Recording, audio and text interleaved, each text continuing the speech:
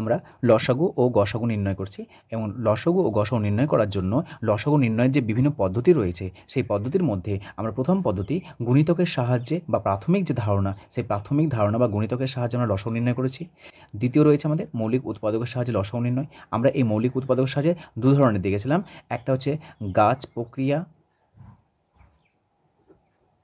গাছ চিত্র প্রক্রিয়ার মাধ্যমে দেখেছিলাম কীভাবে লসাগু নির্ণয় করতে হয়, এবং আমরা দেখেছিলাম যে ভাগ প্রক্রিয়া। এখানে আমরা প্রথমে এই যে গাছচিত্র প্রক্রিয়া আর ভাগ প্রক্রিয়া এদের মাধ্যমে আমরা মৌলিক উৎপাদক বের করেছিলাম এবং তার সাহায্যে আমরা লসাগু নির্ণয় করেছিলাম। আজকে আমরা এই যে ভাগ প্রক্রিয়ার সাহায্যে বা সংক্ষিপ্ত পদ্ধতির সাহায্যে কীভাবে লসাগু নির্ণয় করতে হয় সেটা নিয়ে আমরা আলোচনা করব। 18 এবং 15 এর লসাগু নির্ণয় করব ভাগ পদ্ধতি বা সংক্ষিপ্ত পদ্ধতির সাহায্যে। প্রথম দেখো 18 এবং 15, একে আমরা যতগুলো সংখ্যা লসাগু নির্ণয় করতে বলে প্রত্যেকটা সংখ্যাকে আমরা কমা কমা দিয়ে লিখব এবং যেভাবে আমরা মৌলিক উৎপাদকে বিশ্লেষণ করেছিলাম ভাগ পদ্ধতির সাহায্যে সেভাবে করব। কিন্তু দেখো আমরা 18কে মৌলিক উৎপাদকে বিশ্লেষণ করেছিলাম ভাগ পদ্ধতির সাহায্যে আলাদাভাবে করেছিলাম, 15কে আলাদাভাবে করেছিলাম, কিন্তু আমরা এই সংখ্যাগুলিকে একসঙ্গে নিয়ে আমরা ভাগ করব এবং কোন সংখ্যা দিয়ে ভাগ করব এখানে আমরা সেই সকল সংখ্যা দিয়ে ভাগ করব। আমরা বলেছিলাম 1 থেকে 10 পর্যন্ত যে সকল মৌলিক সংখ্যা রয়েছে, কে কে রয়েছে, 2, 3, 5 এবং 7 রয়েছে।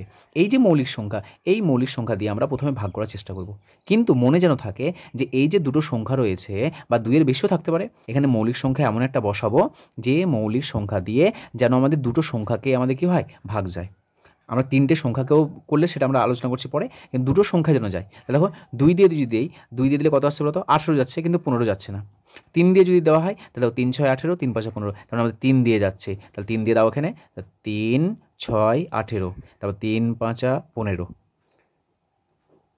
আবার দেখো এখানে, এবার দেখো আমরা যদি মৌলিক উৎপাদক ভাঙবো, এবার দেখো এখানে 6 আর 5 আছে, তা দেখতে পাচ্ছি 6 এবং 5 এটা কিন্তু আমাদের কোনোটাই আমাদের 2 3 5 আর 7 বলো কোনোটাই যাচ্ছে না। তাহলে আমাদের এখানে যে কোনো একটা গেলেও হবে। প্রথমে আমরা দেখব প্রথমে যে সংখ্যা আছে সেটা এমন একটা সংখ্যা দেবো যেন দুটোই যায়, এমন নয় যে সবসময় যে দুটো দিয়ে যাবে এরকম নয়। তাহলে দেখো এখানে 6 আছে, তাহলে যে কোনো একটা সংখ্যা দাও, কত দেবো, 2 দাও, তো 2 দিয়ে কত আসছে, 2, 3 দুগুণ 6, 5 যাচ্ছে না, নেমে গেল, যেহেতু 5কে ভাগ করতে পারছি না 5 নেমে যাবে।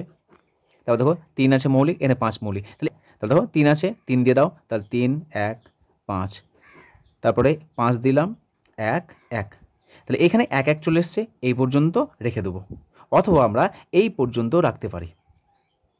তাহলে দেখো এইখানে যে সমস্ত সংখ্যাগুলো পেয়েছি, দেখো প্রত্যেকটা হচ্ছে মৌলিক সংখ্যা। কী কী পেয়েছি আমরা, 3 পেয়েছি, 2 পেয়েছি, 3 পেয়েছি, 5 পেয়েছি। তাহলে এই যে সংখ্যাগুলি পেয়েছি আমরা, তাহলে 18 ও 15 এর সমস্ত সংখ্যাগুলো গুণ করে দাও, 3 গণিত 2 গণিত 3 গণিত 5, তাহলে এই সমস্ত সংখ্যাগুলো গুণ করে দাও। দেখো এক সংখ্যাগুলো গুণ করলে ওই সংখ্যাটি আসে, সেখানে একগুলো গুণ করার প্রয়োজন নেই। তাহলে গুণ করো, যদি টোটালটাই গুণ করতে পারো ভালো, নাহলে কেটে কেটে গুণ করো। প্রথমে দুটো গুণ করো, 3 দুগুণ 6, তাহলে 3 5 15, তাহলে দেখো 6 15 90। তাহলে এটা হয়ে গেল আমাদের নির্ণয় লসাগু, কার, 18 ও 15, কিসের সাহায্যে, ভাগ পদ্ধতি সংক্ষিপ্ত পদ্ধতির সাহায্যে।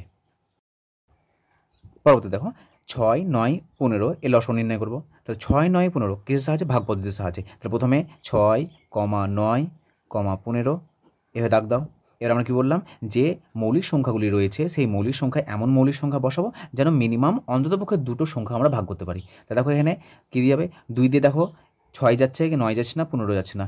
3 দিয়ে দেখো, 3 দুগুণ 6, 3 3 9, 3 5 15, সবগুলো চলে যাচ্ছে, তাহলে সেই সংখ্যাটি দেবো, তাহলে 3 দিয়ে, তাহলে 3 দুগুণ 6, 3 3 9, 3 5 15। তারপর দেখো এখানে যেহেতু সমস্ত সংখ্যাগুলি আমাদের মৌলিক সংখ্যা চলে এসেছে, তাহলে একে আর ভাগ করার প্রয়োজন নেই, তুমি এখানে রেখে দিতে পারো, অথবা তোমরা যে সংখ্যাগুলি আছে নিচে আমরা সবসময় এক এক আনার চেষ্টা করব, সেটাও করতে পারো। তাহলে প্রথম 2 আছে, 2 দিয়ে দাও, 1 3 নেমে গেল, 5 নেমে গেল, কেন নামছে, কারণ এগুলোকে আমরা 2 দিয়ে ভাগ করতে পারছি না, 3 দিয়ে ভাগ করতে পারছি না।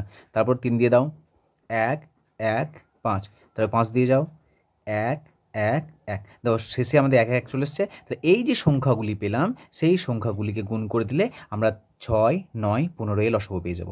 লিখে নেব, তাহলে এদের লসাগু কত হবে, 6 9 ও 15 এর লসাগু সমান 3 গণিত 3 গণিত 2 গণিত 3 গণিত 5, তাহলে 3 দুগুণ 6, 3 6 18, 5 18 90 হচ্ছে এখানেও, তা 3 দুগুণ 6 কেটে কেটে গুণ করো, 3 দুগুণ 6 গণিত 3 5 15 সমান কত হচ্ছে, 6 15 90।